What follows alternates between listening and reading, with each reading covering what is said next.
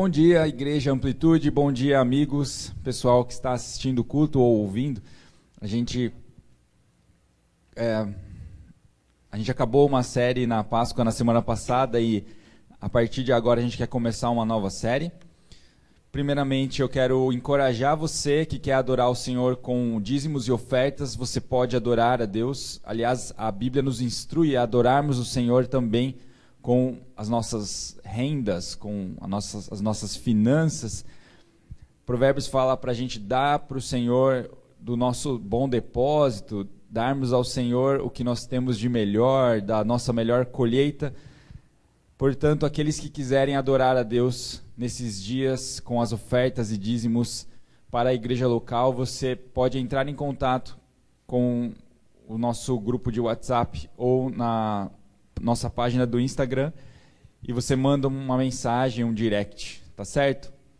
Que Deus abençoe vocês e que Ele nos prospere, que Ele cuide de nós, né, do jeito que Ele considera a prosperidade, que Ele continue nos sustentando como sempre foi. Nós, aliás, falando em sustento, em provisão, nós estamos fazendo uma campanha também de doações, ajudando algumas famílias da nossa cidade. Se você quiser participar dessa campanha de ação solidária, por favor, você também entre em contato através do nosso grupo ali, ou através do Instagram, da nossa mensagem. Já foram coletados alguns alimentos, algumas entregas, acho que já estão acontecendo, né? E isso vai continuar nesses próximos meses. Enquanto tiverem pessoas precisando, nós vamos ajudar, porque a igreja serve para isso também, para servir, para iluminar, para trazer alívio àquele que está desesperado. E é o mínimo que a gente pode fazer, em vista do que o Senhor tem feito em nossas vidas. Certo? Vamos começar a palavra do Senhor, então, nesse próximo mês, nesse um mês ou dois. Só um pouquinho que está faltando fôlego aqui, gente. O pessoal cantou umas músicas aí que exigiu um pouco mais. Vamos agora meditar na palavra do Senhor nessa nova série. A série se chama Credo dos Apóstolos. Quantos já ouviram falar do Credo dos Apóstolos? Primeiramente, na semana passada, como você deve ter visto ou assistido, tivemos o domingo de Páscoa, falamos um pouquinho da ressurreição de Jesus, que é um evento memorável, talvez o maior evento que nós cristãos comemoramos, não só o nascimento, mas o nascimento no Natal, mas a ressurreição, né? É espetacular pensar nisso. E no calendário cristão nós comemoramos essa data. Agora, a Páscoa não é considerada um dia único no calendário cristão, ela é considerada uma temporada. Por isso, podemos falar um pouco mais da ressurreição, um pouco mais, talvez, do livro de Atos. O que vocês acham dessa ideia? Tem um teólogo famoso do século XIX, 1800 e pouco, Robert Weber. Ele diz assim: a Páscoa é uma estação para celebrar a ressurreição, a ascensão e a vinda do Espírito Santo no dia de Pentecostes. Este é um ótimo tempo para a formação espiritual de cada cristão. Lembre-se que no domingo de Páscoa nós celebramos que Jesus ressurgiu dos mortos. Agora, vamos tentar nos colocar no lugar dos discípulos. Calma aí que travou. Vamos tentar nos colocar no lugar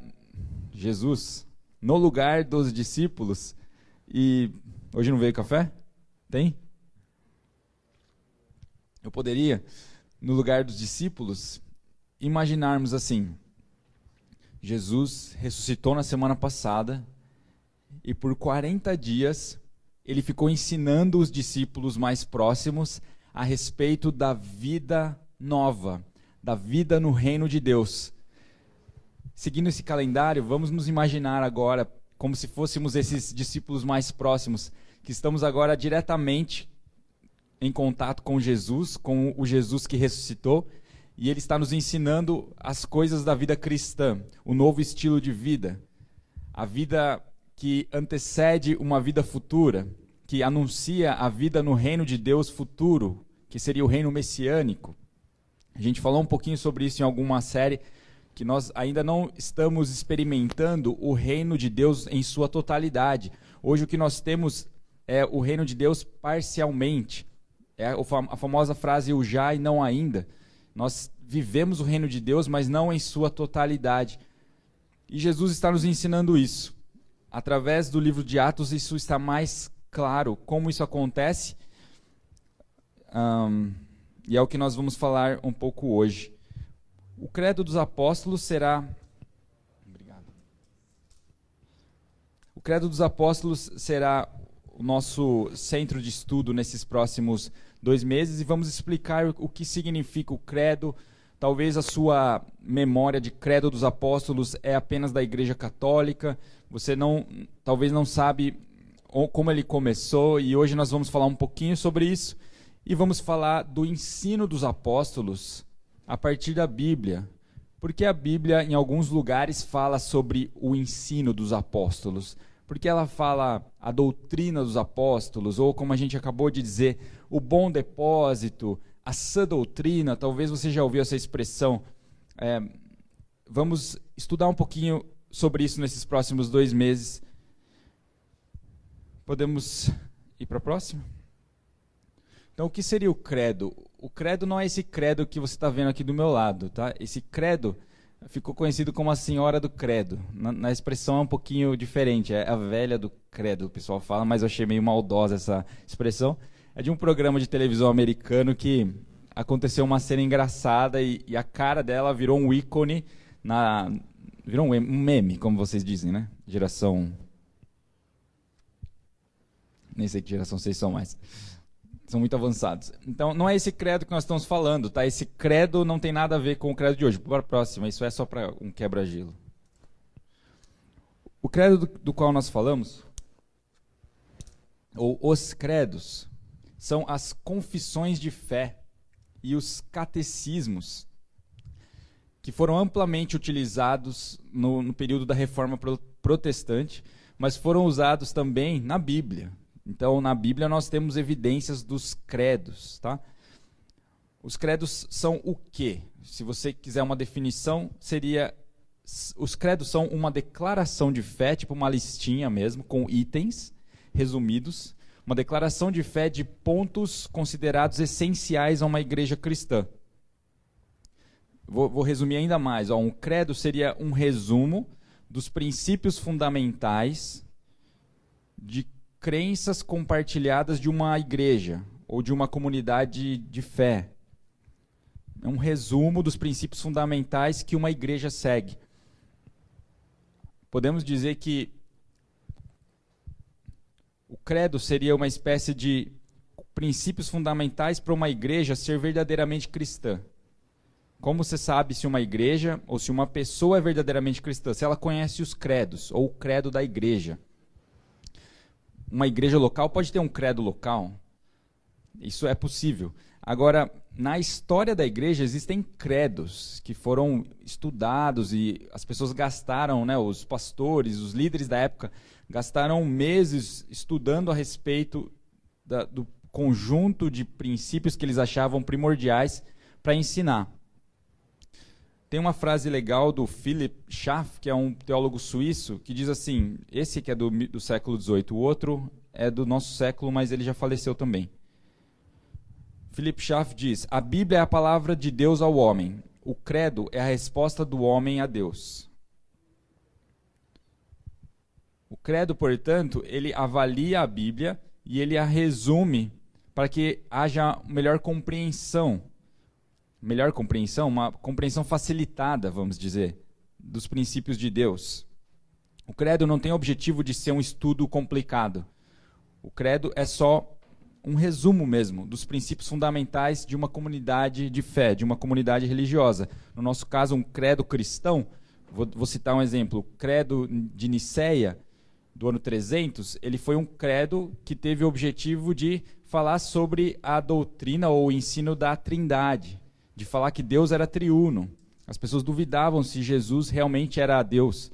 Então foi necessário fazer isso. Vamos fazer um credo para combater o quê? Os falsos ensinamentos. Então isso seria um credo em definição.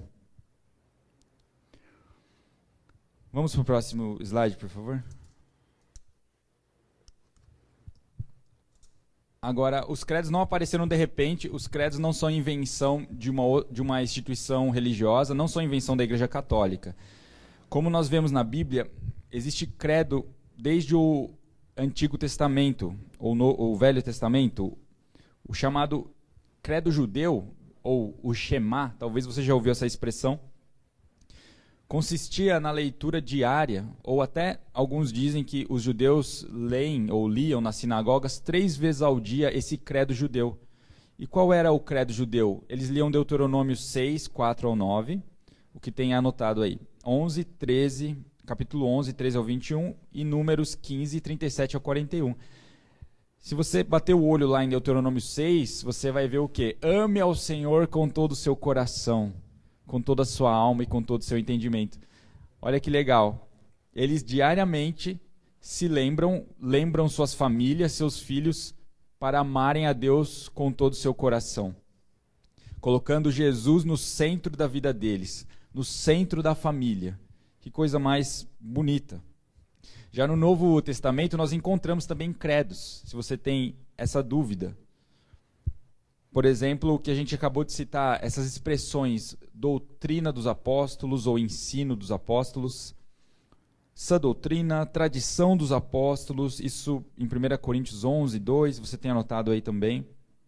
Você vai encontrar ainda ao longo da Bíblia uma expressão depósito sagrado da parte de Deus, a verdade, confissão, Hebreus 3, 1, Hebreus 4, evangelho, fé evangélica, também é uma expressão usada.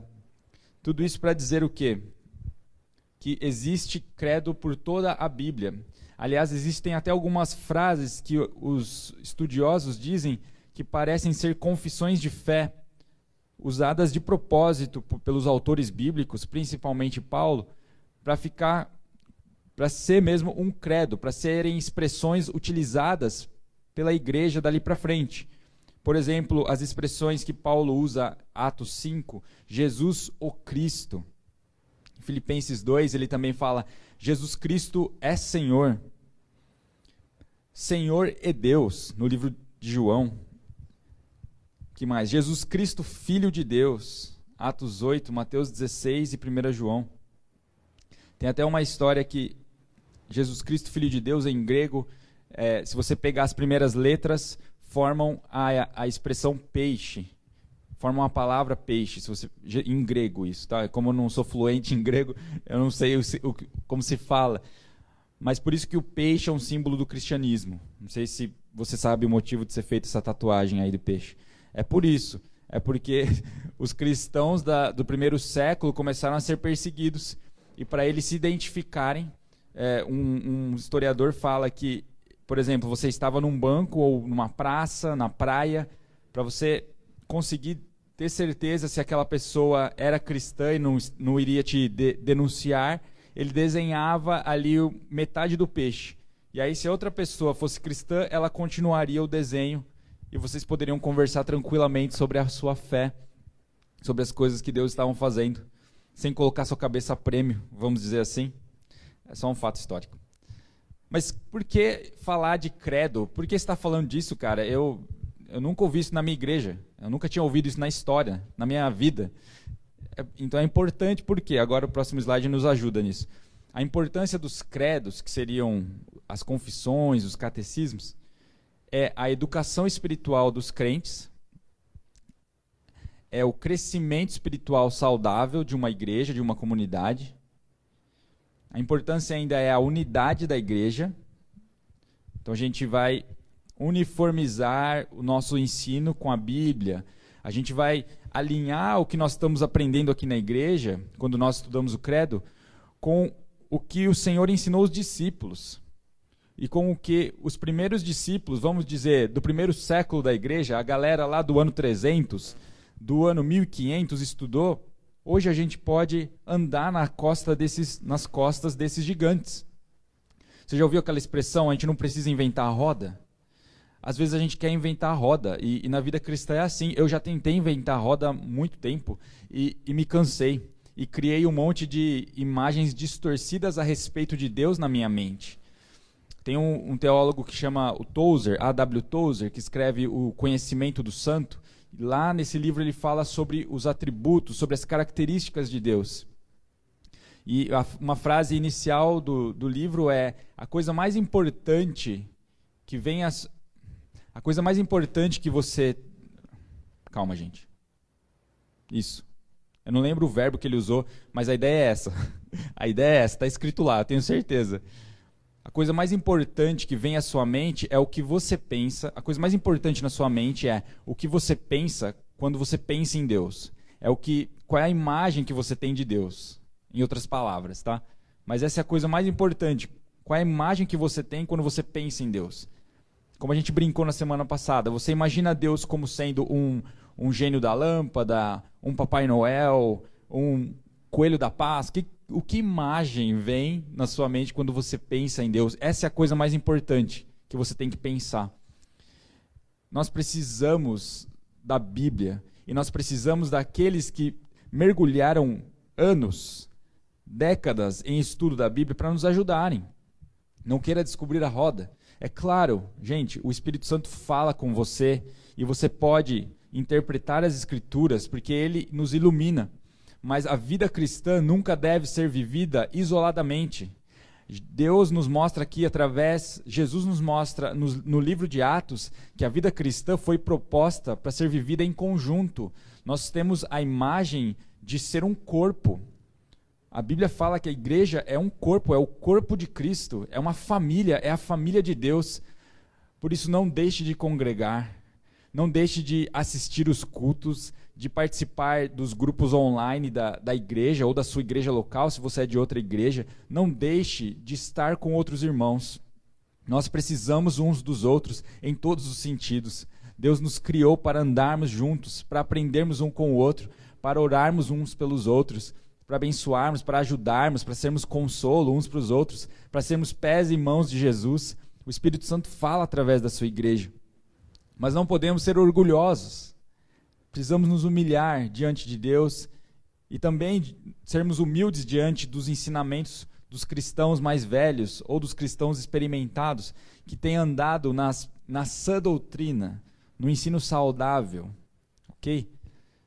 Ainda nesse slide eu deixei escrito: a importância do credo é defender a nossa fé e saber apresentá-la àqueles que não a têm.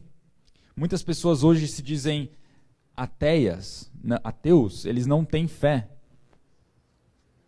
em Deus, eles não acreditam em Deus ou não acreditam em nada, talvez porque nunca ouviram o evangelho claro, como deveria ser pregado. Outras vantagens, outras importâncias dos credos são que eles apontam para a Bíblia. Eles vão falar da Bíblia. Eles não vão inventar coisas fora da Bíblia. E também o combate às heresias. Lá no século XVI, ainda no período da Reforma, Lutero usou bastante o credo dos apóstolos, aliás, e ele também criou o próprio credo, né? Na verdade, o catecismo breve e o catecismo maior de Lutero. João Calvino foi outro também grande líder da igreja que pregou sobre o credo dos apóstolos e fala sobre ele no livro Instrução na Fé. O catecismo de Heidelberg, que é altamente reconhecido pela igreja, ele também fala do credo dos apóstolos. Você pode estudar mais lá sobre isso. Tem um livro, aliás, que a gente usou como base, que a gente tem usado e vai usar nessa série, que é o livro do Franklin Ferreira. Não é tão pequeno, é um pouco mais profundo, se chama O Credo dos Apóstolos. Bem isso o nome. Agora o próximo slide nos ajuda a pôr alguns limites nos credos e no credo dos apóstolos. Eu estou falando do credo dos apóstolos, eu não estou dizendo que o credo é tão importante como a Bíblia, ok? A Bíblia é a única autoridade infalível na igreja. A Bíblia não falha. Os credos falham, podem falhar, podem ter falhado o credo que fizeram aí ao longo dos anos da igreja. Ali a gente tem uma imagem que mostra o credo apostólico, que foi o primeiro na história da igreja que apareceu. A gente já vai falar mais dele. Em seguida, eu coloquei a palavra de Deus como centro. Não está bem no centro, mas essa é a ideia. Ela se sobressai diante dos credos. Depois nós temos ali o credo niceno, só para registrar, do ano 300 que a gente falou, e o credo de Calcedônia, do ano 451, que a gente falou algumas semanas atrás. Você pode conferir lá nas nossas redes sociais. Talvez você se pergunte, então o credo é menos importante que a Bíblia? Sim, é óbvio. Os credos não substituem a Bíblia. Os credos devem sempre apontar para a Bíblia. Eles devem despertar sua curiosidade para ir até a palavra de Deus, a santa palavra de Deus. Próximo, por favor. No próximo a gente vai falar um pouquinho de um símbolo da fé cristã. O que é um símbolo? A tradição da igreja protestante, o ensino da igreja protestante ao longo dos últimos anos, fala que um credo é um símbolo da fé cristã. Portanto, esse credo dos apóstolos é um símbolo da nossa fé. Por que um símbolo? Antes que você continue lendo esse slide, por que um símbolo de fé? Essa palavra era usada ali na Idade Média para ligar sempre duas ideias ou dois pontos. Servia até como contrato. A gente vai fazer um contrato de compra e venda. A gente usava um símbolo. O símbolo, ele sempre apontava então para outra parte.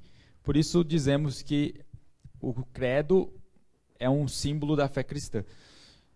Nesse caso aqui do slide, estamos dizendo o seguinte: existem três símbolos principais da fé cristã. Um deles seria o credo apostólico, ou o credo dos apóstolos, que nós estamos vendo. O outro símbolo da fé cristã é a oração do Senhor, ou a oração do Pai Nosso, você deve conhecê-la. E por último, o último símbolo da fé cristã são os 10 mandamentos. Até por esse motivo, nós queremos aprofundar nesse ano um pouquinho nesses três pontos, nesses três assuntos. Tá? O credo apostólico fala a respeito do que devemos crer. A oração do Senhor, ou Pai Nosso, fala a respeito do que devemos sentir. E os 10 mandamentos falam a respeito do que devemos fazer. Tá? Isso está bem estabelecido para a igreja protestante e vai nos dar muitas ferramentas práticas. Eu já vou começar o lado prático, tá? Eu prometo.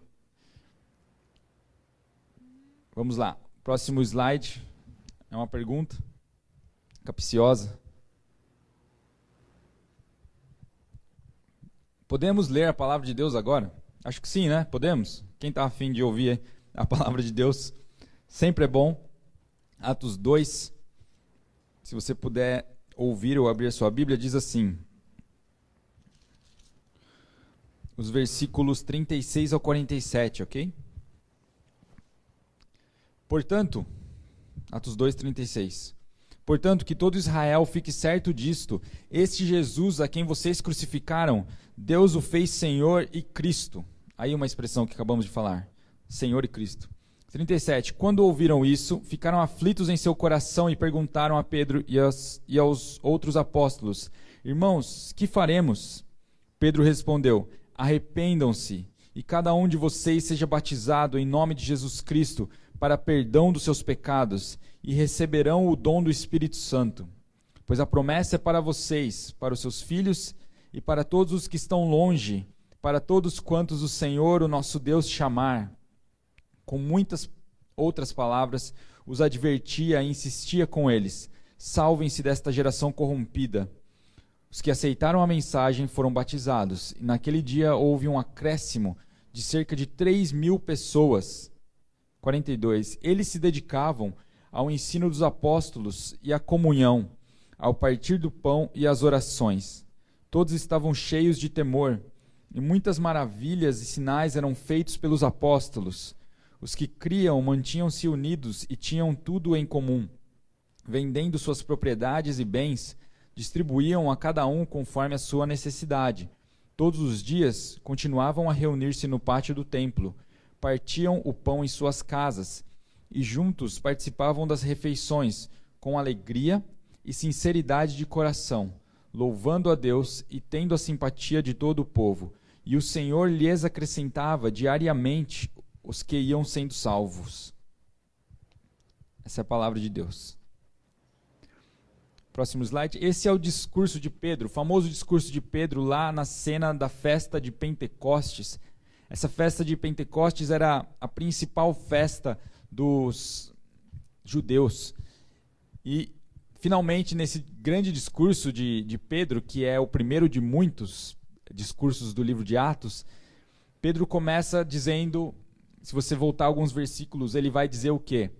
Irmãos, nós não estamos embriagados, eu prometo. Não, ele não disse eu prometo, mas ele falou, nós não estamos embriagados, porque as pessoas estavam se perguntando, que barulho é esse? Que barulho é esse que está fazendo as pessoas adorarem a Deus, que está movendo o coração das pessoas e fazendo elas anunciar as grandezas de Deus, como diz alguns versículos antes aqui. Que barulho é esse? Quando o Espírito Santo foi derramado naquela sala onde os discípulos estavam reunidos em número aproximado de 120, entrou no ambiente, naquele quarto, naquela sala grande, naquele salão, um som forte. Na Bíblia fala, houve um barulho como de vento, mas foi um barulho forte, né? O que encheu a sala foi um barulho. E os discípulos, então, começaram a anunciar a grandeza de Deus e receberam o Espírito Santo pela primeira vez na história. Isso não é qualquer coisa. Receber o próprio Espírito de Deus no seu coração é o maior acontecimento que pode acontecer, que você pode experimentar até então. É o maior acontecimento que você pode experimentar até hoje. Se você ainda não teve essa experiência, fala, Deus, me dá o seu Espírito. Deus, eu peço pelo teu Espírito, me dá essa nova vida, essa vida espiritual. Eu quero isso. Nós chamamos isso de novo nascimento ou regeneração. O dia em que Deus vem morar em você e Ele toca o seu coração com o amor dEle, de um jeito que você se derrete. Mais do que você se derrete sabe, aquele dia que você descobriu a sua esposa ou seu marido, sabe, que você se derreteu e você ficou parecendo um bobo.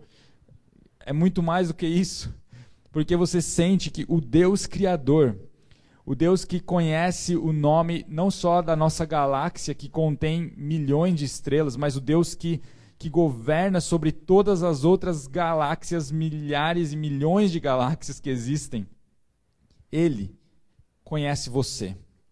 Ele deu a vida dele por você. Ele te ama e Ele se preocupa com a sua caminhada nessa terra. Ele criou você para conhecê-lo. Deus te criou para andar com Ele. E Ele te criou para fazer boas obras, assim como Ele faz. Esse Deus veio habitar em corações humanos. Ele não mais veio habitar no templo dos judeus. Ele veio habitar num templo construído, num templo de carne, digamos, nos nossos corações.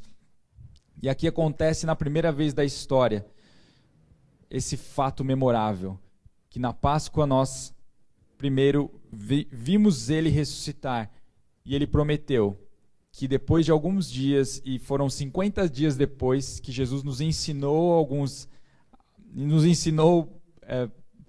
princípios da vida do reino, que Ele enviou o seu Espírito. Agora, 50 dias depois, o Espírito Santo enche os discípulos, Pedro se empolga, assim como eu me empolguei, e Pedro começa dizendo, se cumpriu a profecia de Joel 2, vocês lembram daquela profecia de Joel 2, 28, que fala, nos últimos dias derramarei o meu Espírito sobre toda a carne. Vocês lembram dessa profecia? Sim, lembram. Tem até música, né, que fala disso, é muito legal. E Pedro estava dizendo, começou esse tempo.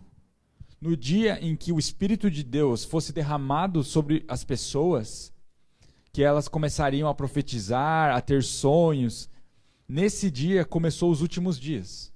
Por isso vivemos esse período da história conhecida como os últimos dias. Ela vai durar até quando? Até o dia do Senhor. Mas a gente não vai falar disso agora, totalmente.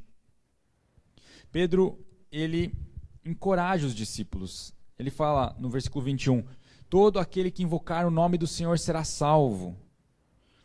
E os ouvintes, os judeus que tinham visto Jesus andar na terra, que pensavam que Jesus fosse mais um homem qualquer, começaram a se perguntar do que Pedro está dizendo, o que Pedro está querendo falar. Aí Pedro continua no versículo 23 e 24, ele começa a pregar o evangelho. Ele começa a pregar o que Jesus fez, qual é a obra de Jesus. E ele fala, este homem foi entregue por propósito determinado e pré-conhecimento de Deus. E vocês, com a ajuda de homens perversos, o mataram, pregando-o na cruz. Mas Deus o ressuscitou dos mortos, rompendo os laços da morte, porque era impossível que a morte o retivesse. Vejam que incrível. Pedro fala na cara deles o pecado deles. E ele falou simplesmente fatos. Ele não quis ofender ninguém, mas ele precisava falar a verdade. O que tinha acabado de acontecer é que os judeus haviam matado, né, colocando na mão dos romanos o destino de Jesus. E continua nos versículos 32 e 33. Deus ressuscitou este Jesus. E todos nós somos testemunhas desse fato. Exaltado à direita de Deus, ele recebeu do Pai o Espírito Santo prometido e derramou o que vocês agora veem e ouvem. Olha que demais. Ele prega o evangelho, ele fala, vocês mataram Jesus, mas nós vimos Jesus ressuscitado. Nos últimos 40 dias nós andamos com ele. Ele fez refeições com a gente. Ele nos ensinou coisas incríveis. Ele nos falou para nós perdoarmos aquele que nos ofende. Ele falou para a gente abençoar e orar por aqueles que nos perseguem. Quanto mais as pessoas que nós amamos, nós temos que orar por elas, nós temos que amá-las, perdoá-las, aquela pessoa com quem você convive todo dia. Ame ela, ore por ela, né? Seja a bênção de Deus, uma bênção de Deus para ela. Esse Jesus nos ensinou isso. Ele falou que nós já estávamos vivendo o reino de Deus. Eu sei que parece loucura, talvez Pedro dizendo, mas nós estamos vivendo o reino de Deus há um novo tempo. Agora, Deus veio habitar em nossos corações. Eu não saberia essas coisas se Deus não tivesse me ensinado. Eu não saberia nada disso se Jesus não tivesse ressuscitado. Nós vimos Jesus, nós encostamos nas mãos dele, nos pés dele, nós vimos as cicatrizes e as marcas. Ele é real. Não existe melhor forma de nós conhecermos a Deus do que pessoalmente. Na semana passada nós lemos um versículo que acho que os anjos disseram, eu não lembro agora quem falou isso, mas venham e vejam. Venha e veja o Senhor. Vá até Jesus. Você precisa conhecê-lo pessoalmente. E uma vez que ele vem morar no seu coração, você é uma nova pessoa. Você será uma nova criação. É impossível você ser a mesma pessoa depois que Deus te toca.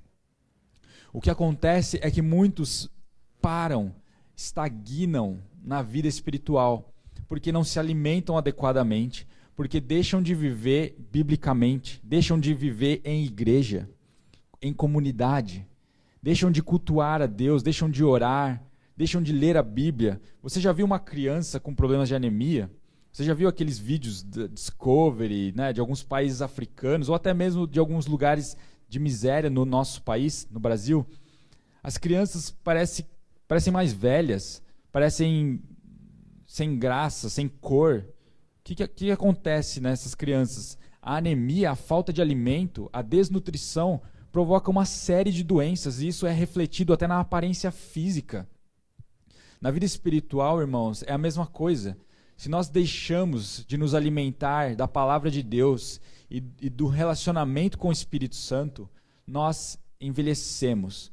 Nós, desculpa a expressão, apodrecemos. É isso que acontece com a gente. Nós ficamos podres. Nós damos espaço para as trevas, porque a nossa inclinação natural é de pecar. Nós precisamos nos alimentar de Jesus para que Ele nos santifique urgentemente. Nós precisamos nos alimentar da palavra de Deus para que ela nos dê sabor na presença de Deus. Não pense nessa música. Sabor de... Não pense nela. O Senhor quer que você seja sal ao mundo, luz do mundo. E somente isso será possível se nós crescermos, continuarmos crescendo espiritualmente. Nenhuma família quer ver filhos pequenos eternamente. Apesar de eles serem fofinhos, bonitinhos, nós queremos que eles cresçam e que eles produzam fruto, boas obras. Da mesma forma, o Pai se alegra em que vocês produzam fruto. O Pai se alegra em que você seja uma imagem de Jesus na sua família, que você seja uma imagem de Jesus no seu trabalho.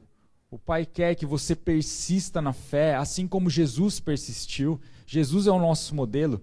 Mesmo em face da morte, mesmo suando até derramar gotas de sangue, ele não desistiu. Ele cria, ele tinha fé.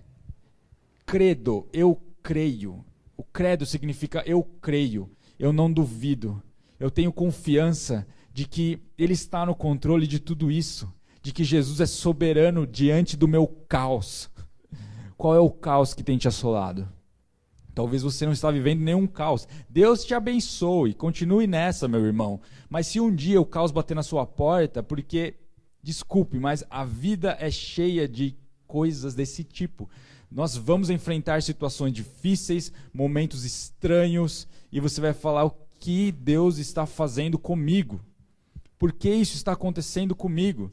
Igual aconteceu com Jó, e eu não vou entrar nesse assunto, senão eu vou parecer um pregador que gosta de falar a Bíblia inteira, sabe? Não é isso que eu quero. Mas o que eu quero gravar, deixar claro nessa manhã, é que o Jesus que ressuscitou, enviou o Espírito Santo, e você não ouse duvidar que Ele está com você, de que Ele está com a igreja, de que Ele está nos ensinando e nos levando até Ele, nos levando até esse dia glorioso, onde nós vamos nos encontrar com Ele. Quantos desejam por esse dia? Vamos continuar e caminhar para o fim. Eu me empolguei, nem sei que oração aqui, gente. Resumindo, Pedro pregou o evangelho. E isso provocou o quê? Constrangeu o coração dos ouvintes. Foi o que nós acabamos de ler aqui, tá? Eu estou mais ou menos interpretando. Os ouvintes se constrangeram com a pregação de Pedro e disseram: o que a gente vai fazer agora? Eu estou me sentindo culpado. Eu estou me sentindo pecador. Faz tempo que eu não acesso a presença de Deus, faz tempo que eu não escuto louvor. Ultimamente no meu carro só está rolando funk. Eu estou exagerando, mas sabe, a gente vai se desconectando das coisas de Deus e de repente a gente nem se parece mais com um cristão. Né? Se você estivesse na praia comigo, eu ia fazer o peixinho e você ia pisar o meu peixe. O que está acontecendo com a gente? Nós não podemos nos contaminar mais com esse mundo. Esse mundo já está perdido. Esse mundo jaz no maligno. O inimigo já tem o bastante de corações. A igreja precisa ser verdadeira, precisa despertar para o que o Senhor está falando e precisa praticar o que Deus já nos ensinou. O credo dos apóstolos nos desperta para isso. Igreja, não se desviem nem para a direita nem para a esquerda. Meditem dia e noite nessa palavra e vocês vão ter o quê? A bem-aventurança. Vocês vão ter o tão sucesso que vocês procuram. E pasmem-se, vocês não vão ter o bom sucesso que vocês procuram em Hollywood, assistindo isso, séries. Vocês vão ter o sucesso, vocês vão descobrir o que é sucesso na Bíblia, na palavra de Deus. E Pedro então finaliza dizendo: arrependam-se para que tenha e sejam batizados, arrependam-se e sejam batizados. Lembra lá no versículo 21 que ele falou: todo aquele que invocar o nome do Senhor será salvo? Aqui parece que ele complementa aquele versículo que era do Antigo Testamento, e ele fala agora assim: esse nome que vocês têm que invocar não é o nome de qualquer Deus. Paulo não está falando de Alá. Paulo não está falando de um Deus X. Paulo está falando: esse Deus tem um nome. E o Deus que fez isso é Jesus. O nome dele é Jesus. Não existe outro mediador entre Deus e os homens. E ele continua: agora vocês estão arrependidos? Vocês querem andar com Jesus? Vocês querem viver o reino de Deus? E um dia vocês querem morar com Deus? Portanto, arrependam-se dos seus pecados e sejam batizados, para que exista perdão e como continua o versículo, a gente leu aí. Arrependam-se cada um de vocês, isso, versículo 38, 39. Pois a promessa é para vocês, e receberão o dom do Espírito Santo. Pois a promessa é para vocês, para os seus filhos e para todos a quem Deus chamar. E o último destaque que eu dou, que a gente viu no slide, eles se dedicavam ao ensino dos apóstolos e à comunhão, e ao partir do pão e às orações. Esse é o estilo de vida da igreja do Novo Testamento. Esse é um estilo de vida da vida cristã. Há quem diga que esse estilo de vida é o estilo de vida que vamos ter no reino futuro de Deus, no reino messiânico, onde nós vamos ter tudo em comum, onde a justiça vai ser plena, onde não vai ter choro, onde não vai ter doença. Hoje nós começamos a experimentar isso. Hoje você tem glimpses, você tem lapsos de bondade, de compaixão, e continue assim, continue crescendo nisso, continue crescendo em generosidade, em santidade. Mas isso nós experimentamos em parte. E não vamos querer imprimir esse estilo de vida de uma maneira forçada, sabe? Gente, então vamos alugar uma casa e vamos morar tudo junto lá, vamos dividir que vai ser melhor. A Bíblia está escrito. A Bíblia não está escrito que isso é um mandamento. É muito bonito isso, só que é muito bonito também cuidar da sua família. Né? Então tem gente que fala, se eles iam no templo todos os dias e nas casas, então eu vou na casa do meu amigo comer o pão dele, né? Vou lá comer o arroz, o feijão dele, e eu só vou para a igreja e não vou mais trabalhar, pode ser? Não pode. Não pode, porque isso não é mandamento. Mas se isso acontecer, à medida que o tempo for passando, a gente vai saber que é o tempo de Deus. É o tempo que nós vamos estar vivendo. Hoje nós temos que trabalhar, nós temos uma cultura gigante de trabalho aqui nessa região. Não podemos abrir mão disso. Temos que cuidar das nossas famílias, mas também temos que zelar pela vida cristã. De generosidade, desses princípios, das virtudes de Deus, das virtudes do reino. Para terminar, senão vai acabar meio-dia hoje, o último slide é o Credo dos Apóstolos. Penúltimo, desculpa.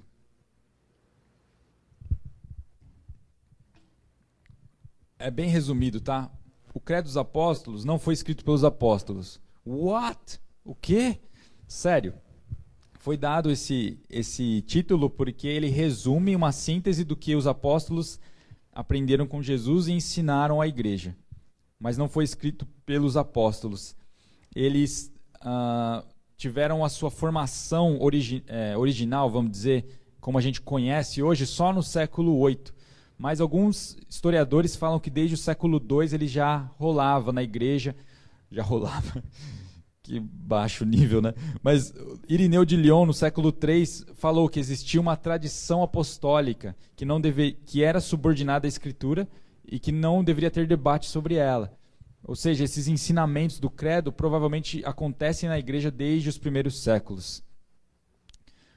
Ele é uma apresentação do que é bíblico, consensual, ortodoxo, a uma ampla gama de cristãos.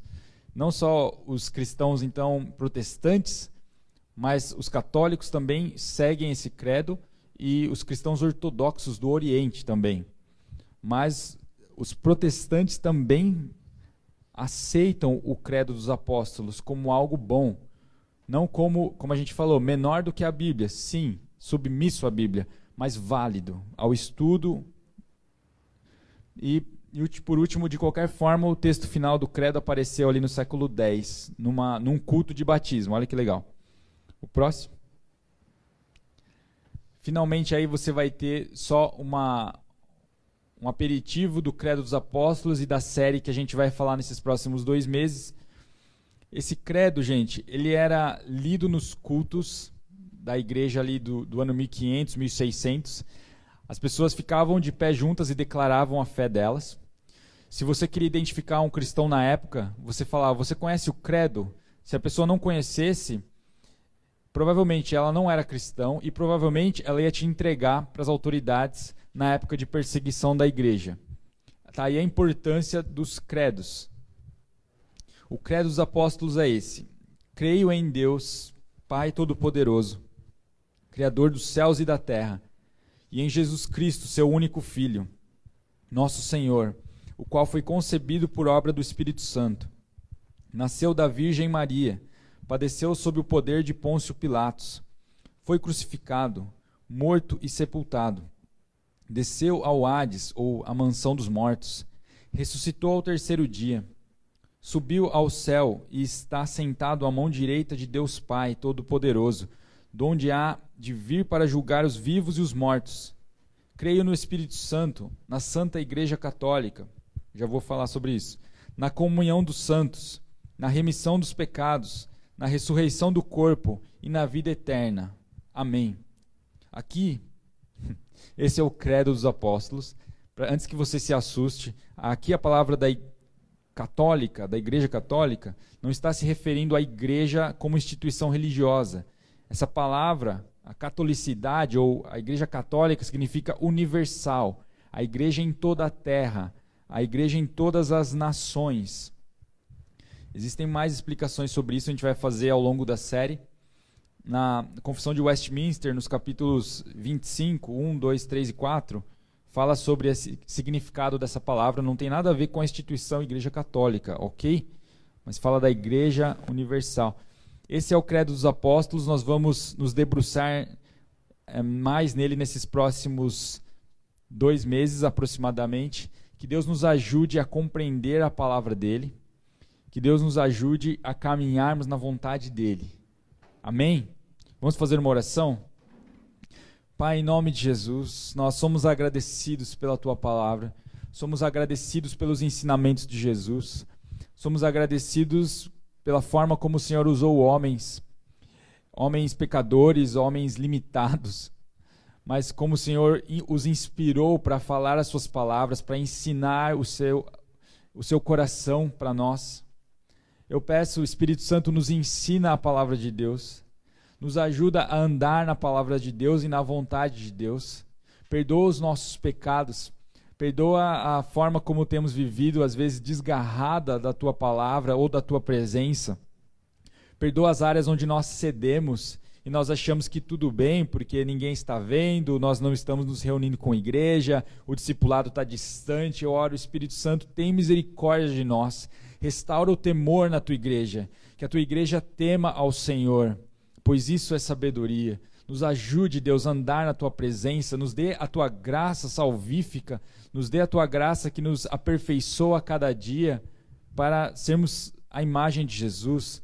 Nos ajuda, Senhor, nas nossas lutas, nos dê o Teu poder, Espírito Santo. Eu oro para que a Tua igreja seja cheia da Tua graça, seja cheia da Tua paz, alegria. Eu oro para que o Senhor responda às orações dos Teus filhos, que o Senhor seja o nosso Pai, que o Senhor seja a nossa provisão. Liberta-nos, Senhor, dos nossos medos, cura a nossa alma, as nossas emoções. Faz de nós um povo que é de fato o projeto piloto do que é uma comunidade, uma nação debaixo do senhorio de Jesus. Que nós sejamos profetas, aqueles que anunciam a boa obra de Jesus e o reino que vai chegar um dia nessa terra, para a glória de Deus. Amém. Amém. Gente, então continuem conectados aí nas nossas redes sociais para saber das nossas programações e da nossa série. Que Deus abençoe a todos. Nós vamos fazer uma sala de oração online, deve sair a partir dessa semana. Nós vamos confirmar para todos. Ok? Deus abençoe vocês. Até a próxima.